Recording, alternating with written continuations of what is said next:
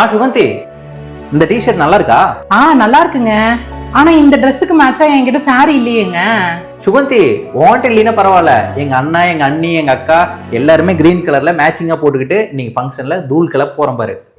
ஓ okay, சீக்கிரமா நீ ready ஆயிட்டு வா.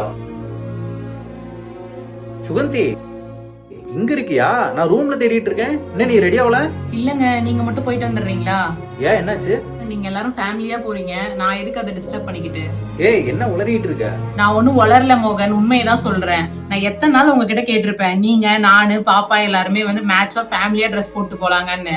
அப்பெல்லாம் கேட்டாலே வேணாம் அப்படின்னு சொல்லி ஏதாவது ஒரு ரீசன் சொல்லிடுவீங்க. இன்னைக்கு உங்க அக்கா கேட்டாங்கன்னு சொல்லிட்டு எல்லாரும் மேட்சா ஒன்னா ட்ரெஸ் போட்டு போறீங்க.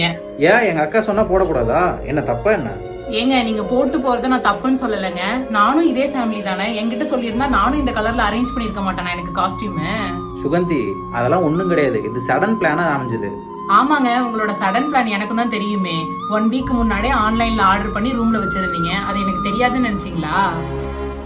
இங்க பாரு மோகன், உங்க அக்கா தான் ஒரு சில டைம் என்னை வெறுப்பேத்துறதுக்காக இப்படிலாம் பண்ணிட்டு இருப்பாங்க.